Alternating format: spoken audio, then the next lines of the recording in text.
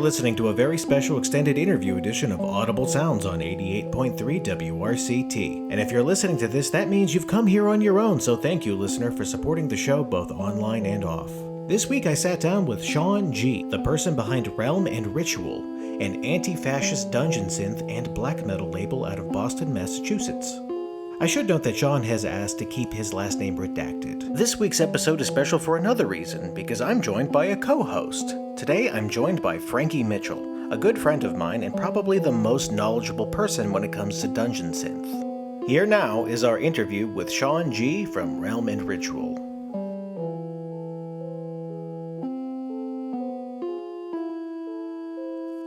Hello, everybody. Thank you for joining us for yet another Audible interview. I am speaking with the man behind Realm and Ritual, the mysterious Sean G.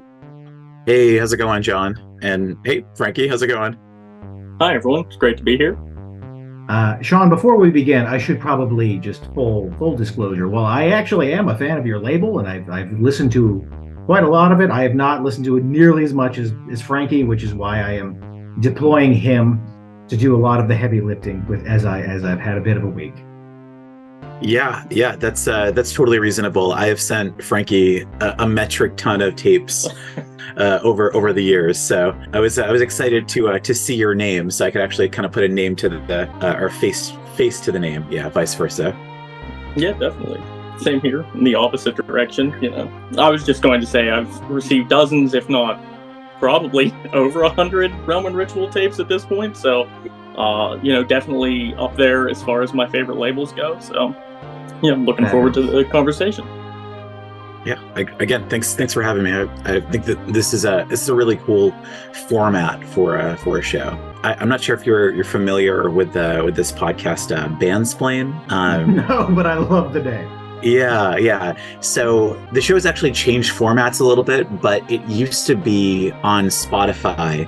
It still is in Spotify. But the show was interspersed with full songs from artists, which would wreak havoc on your wrapped playlist at the end of the year. I swear I did not listen to this much Sublime. I just wanted to listen to the show. But I think having full songs to respond to and to think about and to inform makes a lot of sense. If you had to describe the sounds of Realm and Ritual, how would you describe it? When people ask about what you do for this label, what's the type of sound you look for? Sure. So if people are kind of initiated, then I would say I run a dungeon synth and black metal label. I guess it depends, because also, for people that aren't super invested into underground music, the idea of even running a tape label in and of itself might be novel. I get to say something like, tape sales have increased 500% over the last couple of years, but I mean, that's probably from not very much to still not very much. So yeah, I think dungeon synth is definitely something that requires explanation, and it's also something that evades easy explanation, because it's synth music that you're trying to evoke either I think initially it was really to evoke a more dark and sinister vibe, while still having more melody and repeating melody than something like dark ambient, which sometimes has melody, but that's not the central focus. And then you can talk about the how it sprang from black metal, and then there's a bunch of different explanations. There was a YouTube video I watched a little while ago that talked about it as, the exploration of fantastic spaces. And I thought that was a great explanation for something that is difficult to pinpoint. I do love that explanation, though. That's a very sales explanation. It's one of those things. It doesn't necessarily answer anything to anybody, but definitely gets them invested. And then and black metal. I mean, I started the label in 2018 really because I come from more of a punk background. I played in punk bands and emo bands and different variations of that. And so, I kind of got into my 30s and sort of did a little bit of a 180 on a lot of the things I was listening to. And to me, it felt like the right time to try to just like jump into something without a ton of prior knowledge, just to sort of like, this is how I'm going to immerse myself in this experience, which in some ways worked out because, I'm still doing this. And in some ways was a little foolhardy because I guess I didn't realize, a lot of the trappings of black metal culture. And, a really important aspect to the label is, it's an anti-fascist black metal label. And I think that signifier is important, even if I don't like to bring it up every single release. Well, it's certainly something I appreciate, especially in this time and age. Maybe Frankie, you can speak to this more than me, but that has been one of the hurdles with navigating kind of just abrasive music in general, is that those communities are out there. And it's nice to know that there are kind of rival or communities that are antithetical to the values of those types of scenes. Yeah, absolutely. And one thing that I've always kind of wondered with the label was like, how exactly do you kind of make sure that the artists you're putting releases out from aren't, fascist or, white supremacist or whatever kind of thing? Like, is it just a matter of talking to the people and getting to know them? Or, is there some like kind of deeper process to it? Sure. Yeah. So for the most part, I do my best to vet people, and I'm really upfront about like, hey, this is my belief system. And, I'm willing to entertain some amount of like apolitical philosophy, I guess. That there is a lot of people where music is a helpful outlet to them, and maybe they don't want to think about politics as a central focus, though in my mind as a Marxist, politics is sort of endemic to everything, and it's not something that can really easily be separated out. But regardless, it's something that I bring up and I ask people about. I think for the most part, if you are really loud behind the bullhorn on like a right-wing ideology, you're gonna be upfront and you're gonna say, fuck you, this label sucks. Over the years, I've met a lot of people, now have a little bit of a relationship with, and can work with them. I accept submissions from whoever, from random people, but I definitely have a group of people that I like to work with, because it can be a little frustrating is not the word, but I'm having the same conversation over and over, and it's nice to be able to know people pretty well and just not have to continue that conversation and actually just focus on what the music is. Have there ever been any artists that hardcore right-wing artists that managed to Trojan horse their way into a release, or has anybody ever had agreeable views at the time and then gradually over time they've gotten shadier? Yeah, so one of the label releases I did a couple years ago, this artist, Disgrace Night, when I talked to him, he was very much like, yeah, I want nothing to do with politics. That's just not, I'm not really interested in that. I'm interested in making music. And he ended up saying something shitty. It was like this really weird, I took it to be kind of this Islamophobic statement. There was a little bit of a back and forth, and then he basically kind of went all out and posted a bunch of really shitty things, and then ended up kind of walking that back a little bit. I think that some people don't like to be called out, and in some ways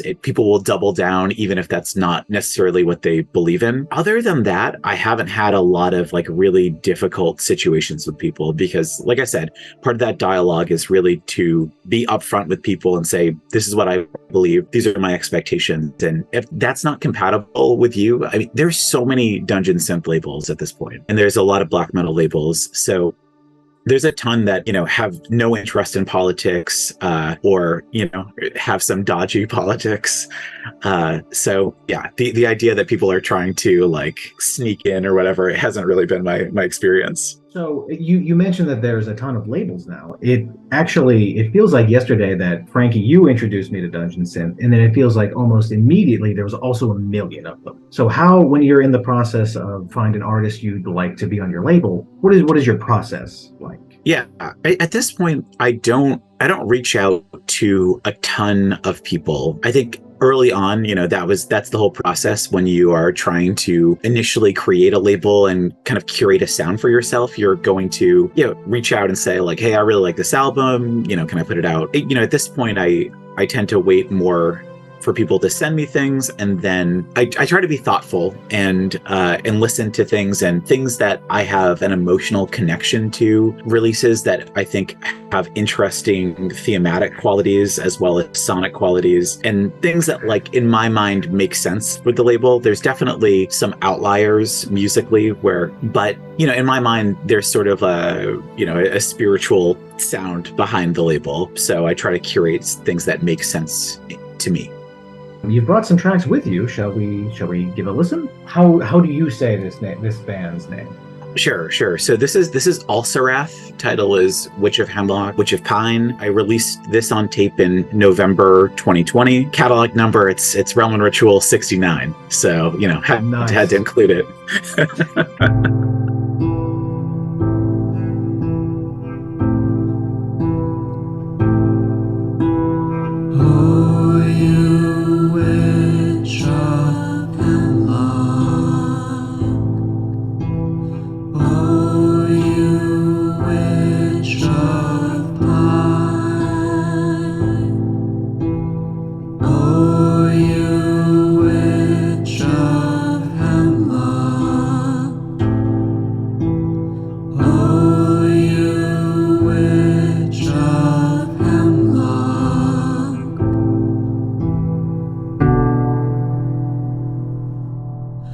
I shake, I cry, I suffer. I cannot still my mind. I shake, I cry, I suffer. I shake, I cry, I suffer.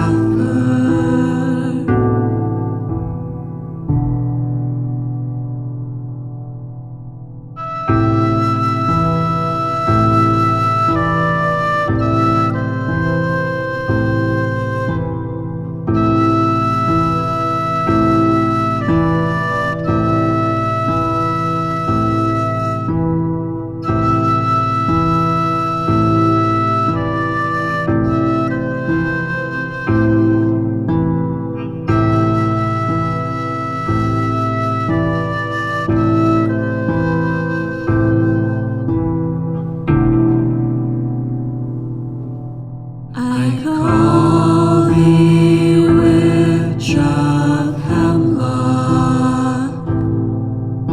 I call thee witch of pine. I call thee witch of hemlock. I call thee witch of hemlock.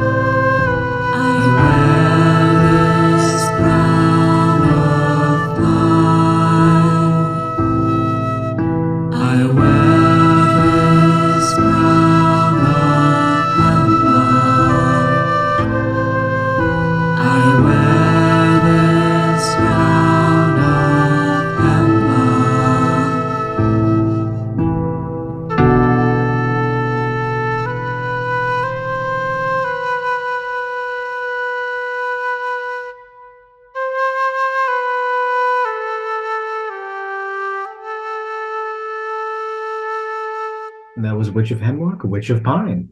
I love the instrumentation in that track. It's great. It's great. I this was a project that I was familiar with Margaret Killjoy based on her project Feminazgul, which really fantastic black metal project. But this, I guess, came about when she was staying in Montreal for a while and basically collaborated with the other person who sings and I believe plays flute, Jack. And I think Jack had like another band that was supposed to play a show at some point. That band broke up, and basically, instead of canceling the show, they hung out together for I think a course of like 2 weeks or 10 days, wrote these songs. So I think that the genesis of the project is also kind of an interesting story. And this is their only EP. I believe that they have one other like single that they did for a compilation 4-song EP. Is the sort of the summation of everything that they've done with this project. Marvelous. I love it when talented people just kind of fall together like that. Emma For sure. Nazgul was actually my workout mix for all of 2020. So Hell yeah. you didn't have any connection with Margaret prior, or No. This was, basically a cold call. I really liked this EP a lot. I definitely would love to release more neofolk through Roman Ritual. If you want to talk about genres that are fraught with right-wing politics, neofolk should probably be at the very top of your list. that is actually something I've never heard of. I haven't listened to a ton of neofolk, but I didn't know that. Yeah. There's a lot of sort of infiltration, I guess I'll say. And so this project, was sort of branded as anti-fascist neofolk. Despite the fact that like revolution and leftist themes are not really super present, I think a lot of it is really more interested in more traditional folklore concepts and romanticism, sort of staking a claim and saying like, no, this comes from this space. Even if not explicitly political. Leftists like trees and flutes too. Sometimes. Some of the times. And I feel like since that release, like it feels like I see Margaret Killjoy more prominently. Like I know she has a number of podcasts, like a number of books out. Yep. And I don't know, it always kind of struck me as interesting that she had a project out through like tape labels, through because of Feminazgul, but. Yeah. I think I maybe spoke to Margaret once around this release. Almost everything was organized by Jack, but I think I'm obviously a huge fan of her music, and I guess I'm curious whether they have other active projects. Maybe I'll have to follow up and see what's going on. All right, moving on. We've got Baron's that's not that word. Baron's Burial. By Ed Hilt. Can you? It is kind of hard to say, right? Baron's Burial. It might be one of those tongue twisters that you can't say 5 times fast. Yeah, this is from the artist Magic Hilt. It's an anonymous project, but based in the US. Basically, this comes from, it's called the Bellkeep Compendium, and there's 4 separate demos that I collected together under this compilation.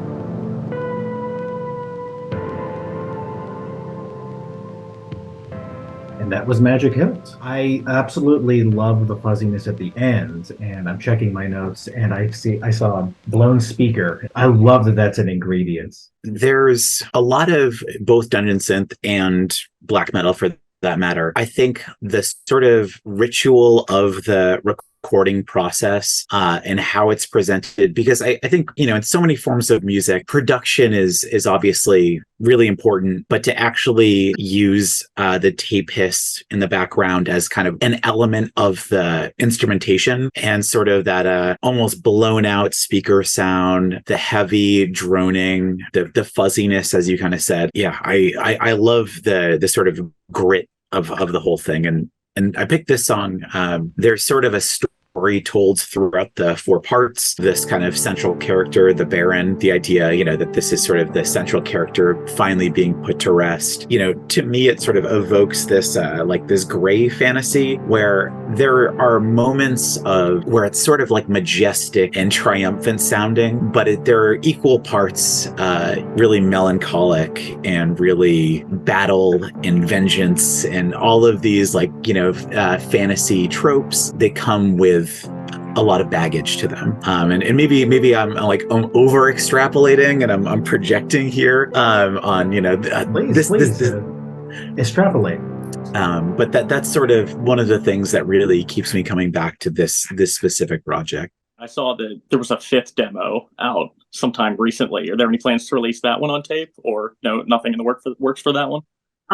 Not yet. I definitely, this is a project that's super close to my heart, and the person behind it, I genuinely like working with them. In my mind, it makes sense, if it were something to be released through the demo series or just another sort of compilation tape like the Bellkeep Compendium. It makes sense to have something for the B-side. So I guess, I'm kind of waiting on part 6 as well. But I think in part 5, there's also the last track is Executing the Disgrace Knight, which which I thought was funny based on our what we had discussed earlier. Do you know if that was intentional? Or it was intentional. It was intentional. I couldn't imagine it wasn't. And one thing that I've always loved about Magic Hilt is like the art direction of just the black and white covers, each one with a different sword hilt on it. Like sometimes, I mean, one, the consistency, but 2, like sometimes you just look at an album cover and you just know it's going to be good, and just seeing like the black kind of like washed out sword hilt, it's just, I don't know, it always struck me as very cool. I think I totally agree. And I love designs that are like a little bit more on the simple side, where you have this, this black and white, Xeroxed image, without like showing you too much. It also gives you some real sense about I think I know what this is going to be. I will say I do like the name Magic Hilt. The sword is not magic, just the hilt. No, the blade kind of sucks, but the hilt, that's where it's at. And I think one of the demos has a song that's called like imbuing the magic stone in the hilt or something along those lines. So it's like the hilt really is the sword. Yeah, I think that's off the very first one. Enchanting the Gemstone of the Hilt is the very first track from this project. So marvelous. I will say that I have also noticed that a lot of the dungeon synth imagery is very kind of at least faux medieval historically accurate, opposed to like your high fantasy that you get in most metal genres. What is it about that you think that appeals to this community? So I think when looking at medieval history, brutal. It's just it's an exceptionally brutal time to be alive.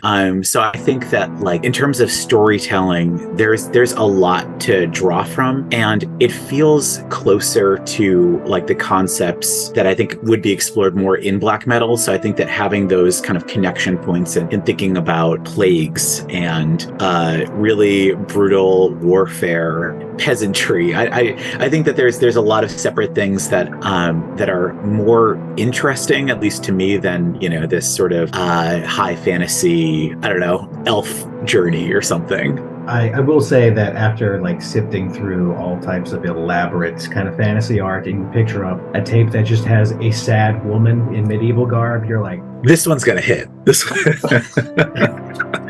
yeah. well, moving on, I had your band up next. How long have you been doing Lunar Art? It actually, I think it started in 2018 into 2019. Is this like a group of people you've worked with in the past? What was the inception of this band by? Yeah, so the guitarist Rayon, him and I sort of grew up together. He was from the town next to mine growing up. We went to a lot of the same shows, and we weren't actually like super close at the time. I think, he went to a different high school. We just sort of incidentally saw each other at shows. I think that both of us were putting on shows in sort of central Massachusetts where there's not a lot going on. It's not Boston, and it's not even Worcester. So I think that we sort of bonded over that, and then some of our projects started playing together sort of in college. And then years later, I think that he kind of posed this idea on maybe social media about like, hey, I want to start this kind of band. And I definitely have been wanting to do vocals for kind of just a heavier project for a while. So I had talked to him about potentially joining that, and him and I are the only sort of founding members left. There's been a different drummer, and we've gone through a bunch of bassists, but yeah. So this next track, Torch and Spear, has a bit of a history to it. So this is probably the song that we've played the most live over the years. Lyrically, I wrote it after like one of the many mass shootings that happens seemingly every day in this country. I think that I was really frustrated at the way that these things are talked about, because it sort of felt like, right-wing media wants to talk about these things as sort of like, this is a mental health crisis, without ever allotting any additional funds or resources actually dealing with mental health problems. And I think that the sort of, liberal media, I say that with only a little bit of disdain as someone like all the way on the left, I think tend to think about it as, this is strictly a gun control issue. For me, it really felt like so many of these shootings were really ideologically motivated, and a lot of them are by mostly young men who I think are recruited into these really horrific right-wing ideologies. And so in my mind, a lot of the problem behind these things is both this sort of sense of toxic masculinity and also, really far-right ideological beliefs. So, the song is sort of framed from that perspective, and, really wanting to focus on those things and to dismantle them. Well, I applaud your efforts. Thank you for saying what I can't say on the radio. I don't know how much of this is going to stay and how much of it's going to be on the extended interview. But all right, let's take a listen to Torch and Spear.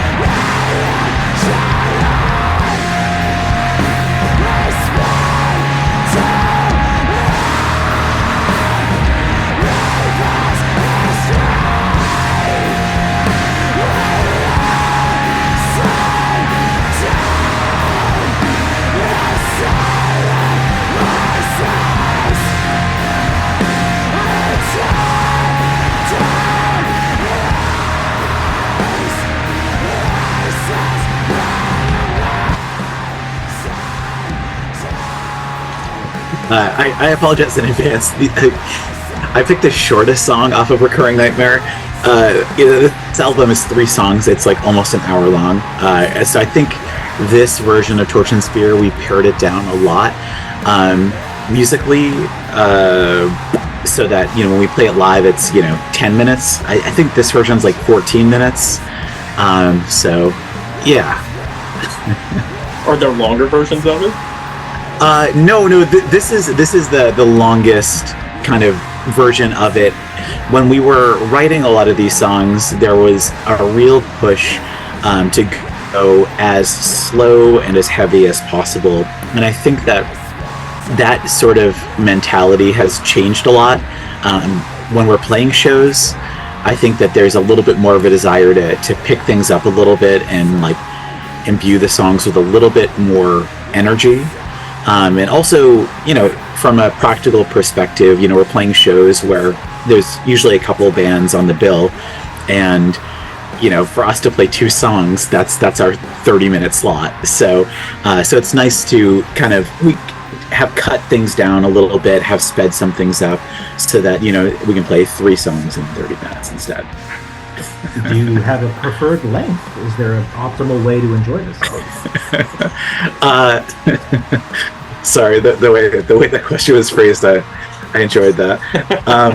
When you think about songwriting, I think what we were trying to achieve, like I said initially, was just the heaviest, the darkest, just dragging you slowly through the sludge. I'm not sure if it's better to hear it live or it's better to hear it on the tape. They sort of exist almost separately, despite the fact that they're the same song. And there is a different sonic quality when you have different band members too. So we have a new drummer who plays things a little bit differently, and a new bassist who plays things also a little bit differently. I like that there is an evolution to a song and that you can talk about it in various incarnations, if that makes sense. All right, and that was Lunar Arm. When are you coming to Pittsburgh? We do play shows. I would love to do some kind of tour dates, but I think that at this point, everyone is both working full-time jobs and has other musical projects. So I think at some point I'd love to do more of like a weekender. Pittsburgh, I think, might be tough. It's a bit of a trek for where you're coming from. For sure. I've driven out there a few times for Magic tournaments. Nice. Not in a long time, and the first time it took me just way too long, like 10 plus hours. So our competitive card gaming scene is better than our music scene, Frankie. So maybe dumb question, but during a concert, when you're performing something like that live and you're doing vocals and it's like a 10-minute song and there are only vocals for a couple minutes, is it ever awkward on stage, or do you just kind of headbang at 15 BPM basically? Yes, it's awkward. Yeah. I do think though there's so many different ways of being a vocalist or being a front person, or the way you want to present things. And to me, I tend to prefer being a little bit understated, as understated as you can be when you're screaming at a room full of people, or a room half full of people, if we're being honest. So there's definitely moments where you'll see me kind of take a swig of water, turn away a little bit. I do my best to kind of stay in it, because I obviously love this kind of music, and but yes, it definitely, there can be moments where I'm all right, we're still doing this. Not time for me to come in yet. Moving on, we got Meadow Goat.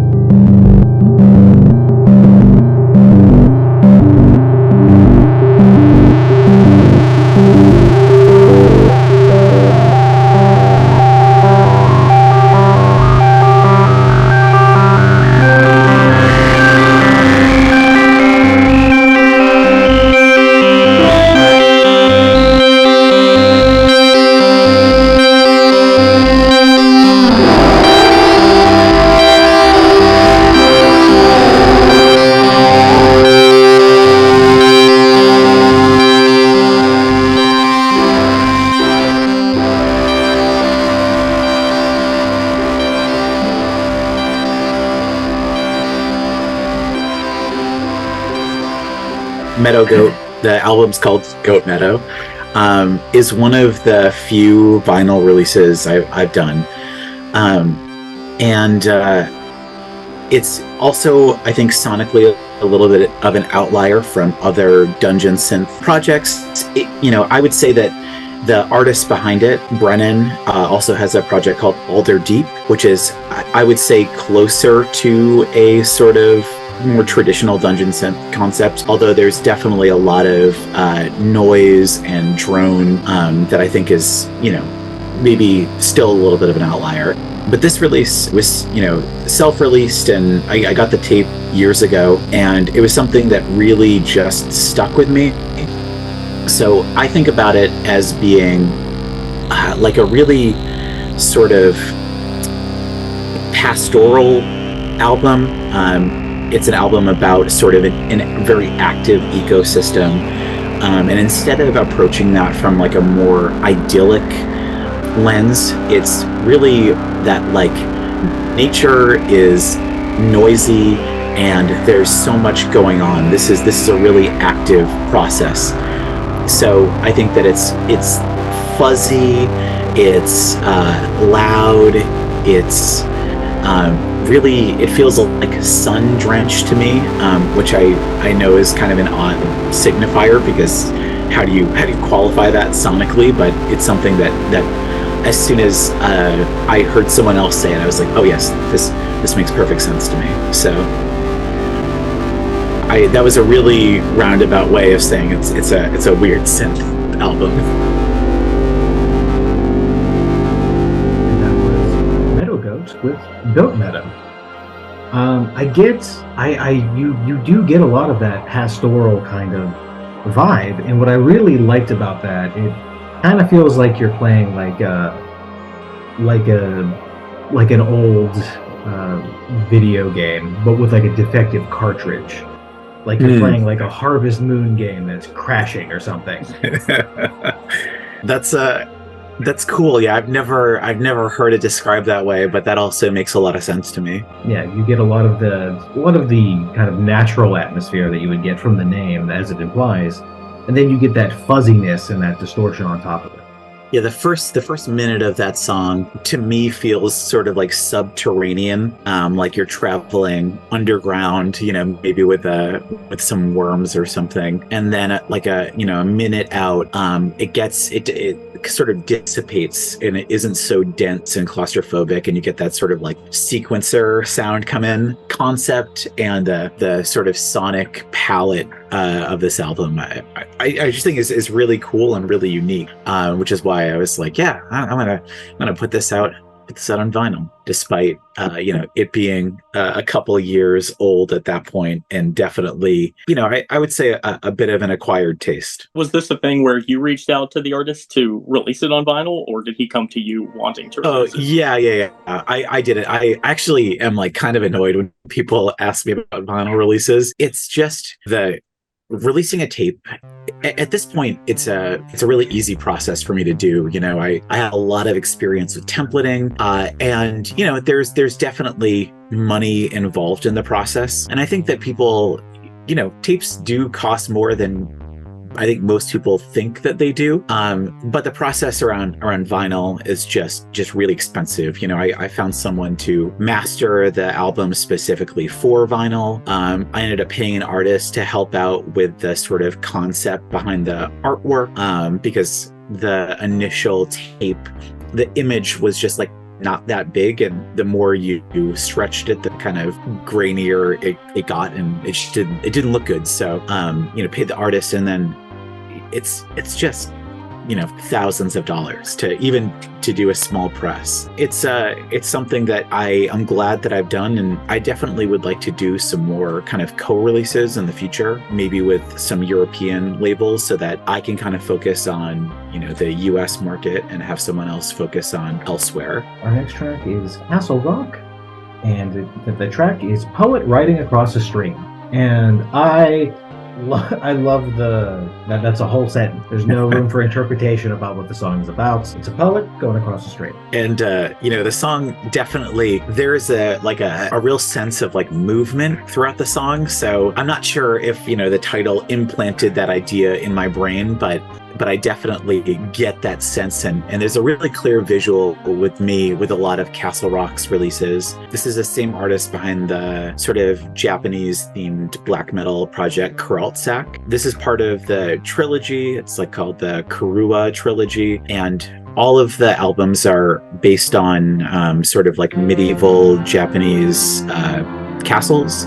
The first one, I want to say that I'm definitely not an expert at this, so I probably will not get this totally correct. But Hanmaru is the first one, and those are sort of the outermost castle walls. And so as we, the next release into Sanamaru, the last one, this is off of, you're kind of getting kind of closer into the castle. And, strangely enough, the songs also feel a lot denser on this release than they do on the first two.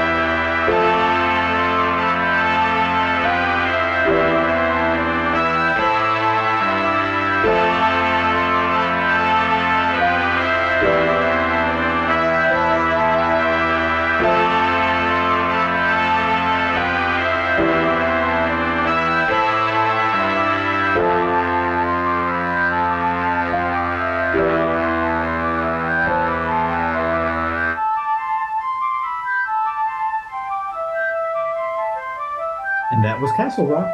Let me ask you something, Sean. For Magic Hilt, you mentioned that the burial of the Baron was obviously the end of a story. One thing I just absolutely adore about like this community and just communities on Bandcamp is that there is a ton of just hidden lore hidden behind certain songs when you don't expect them. And so I guess what I'm asking is, Is there been any track or EP or something that you've listened to and then you find out that there's like a backstory that surprised you? Yeah.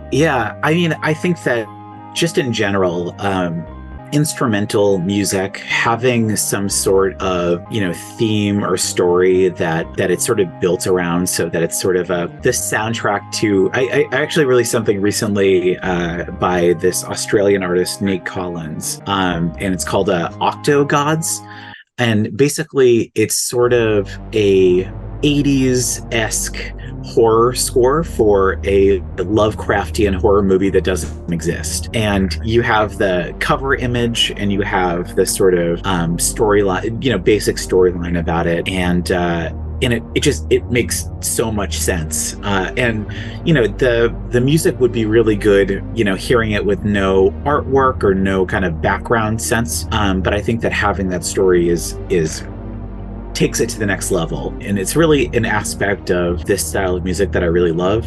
I've always been really more interested in lyricism and songwriting. And so this is something for me that is not really something that is maybe natural to me. I want to hear the sort of narrative behind the song, or the poetic sense of what the singer is trying to say, and sort of reframing the way that I think about music, especially instrumental music, and that yes, it can tell stories, and there are all these movements that I think it's really cool, and I'm glad that I was able to develop an appreciation for these things when again, it may have not been natural to me, the way that I consume music, and even like 10 years ago. You used the phrase acquired taste earlier, and I think what's fun about this genre in general is that it does kind of break the mold in that regard. Yeah, for sure. I think some people will hear it and they're like, all right, this is background music. This is, I can read my book, or I can play a role-playing game and kind of put this on in the background, and I think that that's totally fine. Honestly, if that's kind of, you want to use this to create a mood, great. But I do think that it really, the genre in general, it is a lot deeper than that. One thing I've always found interesting about Dungeon Synth is like sometimes when you get people who are more into older ambient or something, they'll say like, well, Dungeon Synth, it kind of just sounds like people who don't know how to make ambient music trying to make ambient music. And it's almost like, that's not to say that every Dungeon Synth artist, doesn't know how to play a synthesizer or something, but it's like, that's kind of the point, in the same way that like 90s black metal, it sounds terrible. That's the point. Like, there's like a charm to it and there's a simplicity to it. Like sometimes you just want to listen to something that sounds like a Super Nintendo soundtrack. Like, that's what you want, And to me, I don't really have much of an appreciation for like classical music. So like virtuosity in music is something that I think is kind of overrated if I'm, for me, and that I'm really more interested in people who are like earnest and may not be super skilled musicians, but really are able to develop a cogent like thought and sound, and it can be I'm just thinking about one of the artists I really like, that was one of my introductions to Dungeon Synth, Velastras. Really long songs that there's a lot of repetition, and I think that you could look at that and you could be like, well, that I want to hear more movement throughout music. But I think that sort of repetition creates this kind of hypnotic quality where you start to hear the repetition and then you pick up on all the other little things. I maybe people have better listening brains than I do. I think that that's entirely possible. People who are trained musicians, which I certainly am not. But I love that aspect of it, that that maybe it doesn't have the highest barrier to entry, but I think people tend to agree like this is good, or no, this is not that good. And it's weird because it's not tied to difficulty, although there certainly is some sort of like more prog influenced Dungeon Synth, thinking about like Gen Taiga or something. sometimes you just have to, I think you had just said it, Frankie. Sometimes it's just like, all right, yeah, I enjoy this. This is what I came to listen to, and it may have been recorded on the worst microphone you've ever heard, direct to tape. I think that there's even a little bit of a precedent for mistakes in Dungeon Synth. I'm thinking a lot about Coniferous Mist, some of his releases. It's like, yeah, I recorded this live and I left in the mistakes, and and people will really love it. So, and now you have to make those same mistakes every time you're on stage. You're playing it live. All right. Here's the part. Is he gonna fuck it up the right way? All right. Well, we're down to the last track, and would anybody here like to venture a guess of how to pronounce it? No. Yeah. I will. I'll do my best. So the project name is Njal. Vestines Da is the track title. That's what Google told me. Okay. I'm just gonna spell it because typically we play a lot of world music, and I don't speak most world languages, so I do a lot of just phonetic spelling. Yeah. So this is NJAL, and the track is VESTEINSDOD for anybody who would like to follow along on that.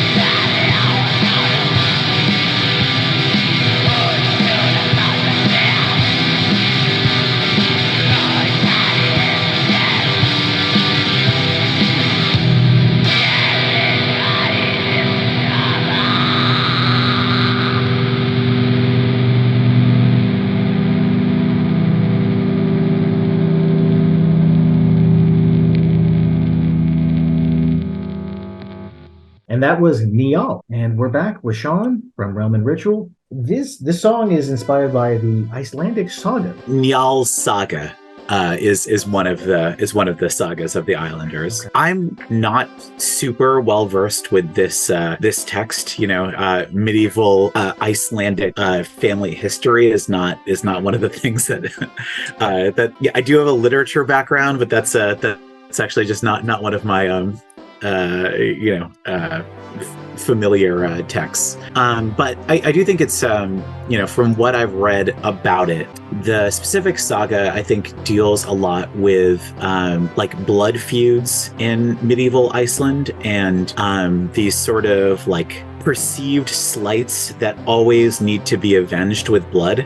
I think it's really interesting to think about, like, almost like looking at masculinity through this lens, and having a black metal project, a sort of like punkish black metal project that's themed around these texts that can explore pretty like traditional, I guess, like black metal thematics, vengeance and war and all these things, but from a perspective of like, okay, but these things are bad. But yeah, so this this one recently through, I have sort of like a sub label, I guess. This project called the Demo Series, where I do every piece of it. I dub all of the tapes in real time. I print out the J cards on a old office photocopier, folds, cut, number, or just every single thing. I wanted to be something that I touch and produce, and basically of creating a much cheaper tape. So, everything in the Demo Series, there's 30 tapes of each thing I do, and it's they're all $5 because I want tapes to be $5. That's in my mind. Maybe it's the age that I am or whatever, but like yeah, tapes are $5. You go to a punk show, a tape is $5.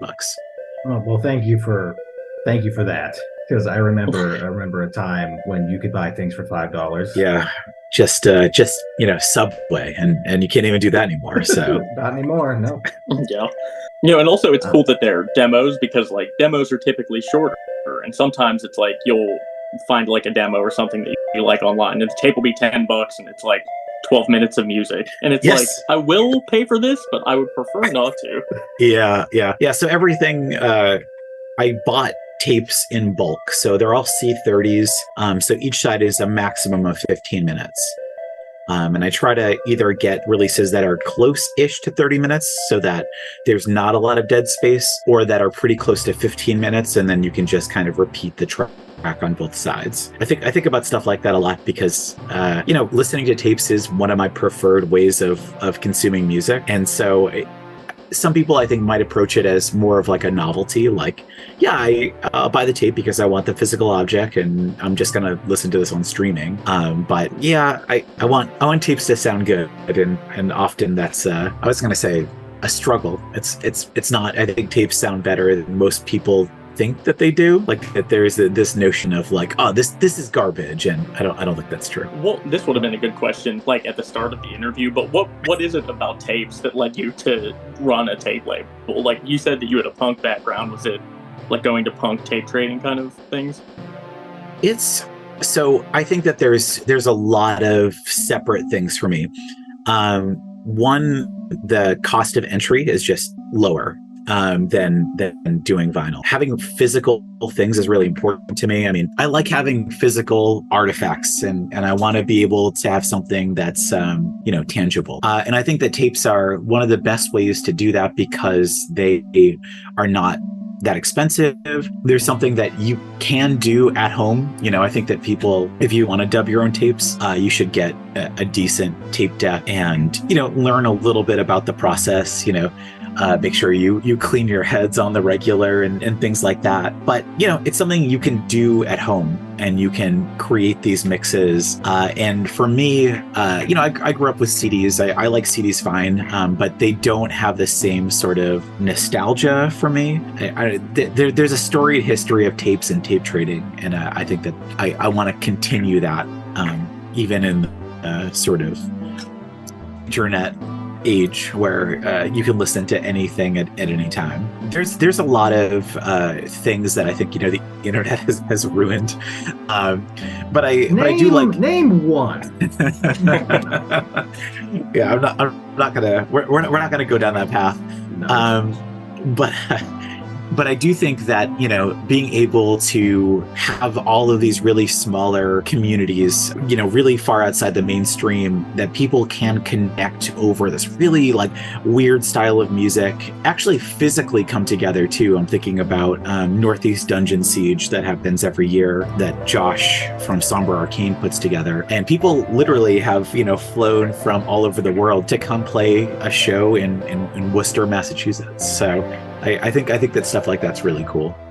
Thank you for being part of our community today, because this is going to be played on the radio, and that is a physical media that is also, has its ups and downs.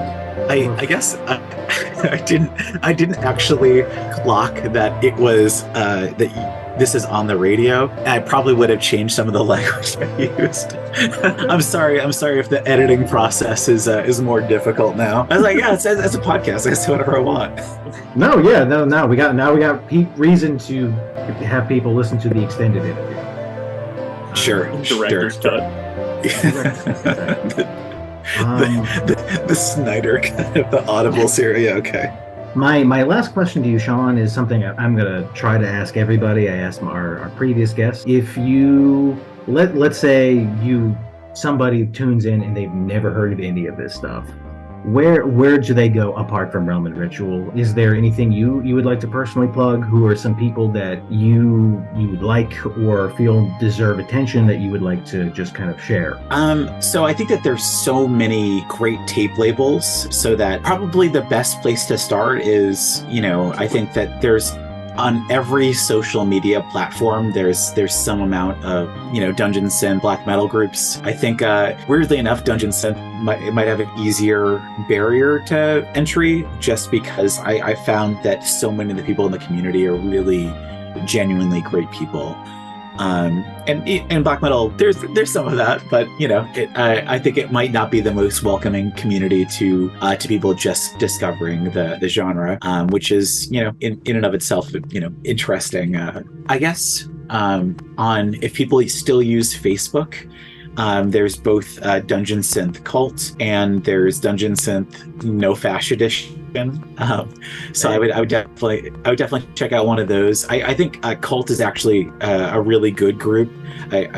No Fash is good as well. I am one of the admins, but they're both reasonably active. I think that people are kind of done with Facebook, so there's some amount of stuff on Discord. I've been told that there's some Dungeon Synth community on TikTok, though I have also been told that a lot of the sort of younger generation is kind of more interested in like different subgenres of Dungeon Synth, sort of like the more Keller synth, really like loud, kind of more chaotic sounding music. In terms of labels, like there's just no way I could say them all, but I think Vicious Mockery out of the UK is a label that I tape trade with every single month. They're wonderful people. I think for bigger labels, Gondolin, Out of Season, Ancient Meadow are all really good places to sort of like find stuff that that the community has been talking about for a long time. I think with a lot of smaller labels like mine, I think stuff is month to month, and I do reissue things, but it's harder for me to kind of do that. So if you're more interested in the history, it might be worth checking out one of those labels. And then there's so many great sort of like anti-fascist labels active, Fiad, Where Gnome. Again, like I know that I'm just gonna like say a bunch and then I'm gonna forget like a really obvious one, and someone's gonna be like, what the hell, Sean? so I'll leave it there. Thank you so much, Sean, for being with us tonight, and thank you so much for just platforming just amazing music. Yeah, thanks so much for having me. This is really fun. And that was my interview with Sean G. Once again, thank you to Sean for sharing all his wonderful music with us. All the tracks covered today, as well as all the music playing in the background, can be found at Realm and Ritual at Bandcamp. Our tracks covered today have been Ulcerath, Witch of Hemlock, Witch of Pine, Magic Hilt, Baron's Burial, Lunar Arc, Torch and Spear, Castle Rock, a poet writing across a stream, Meadow Goat, Goat Meadow, Nijal, Vestistat. Thank you all so much for listening to this Audible interview. For Audible Sounds, I've been John Hartwell. See you next time.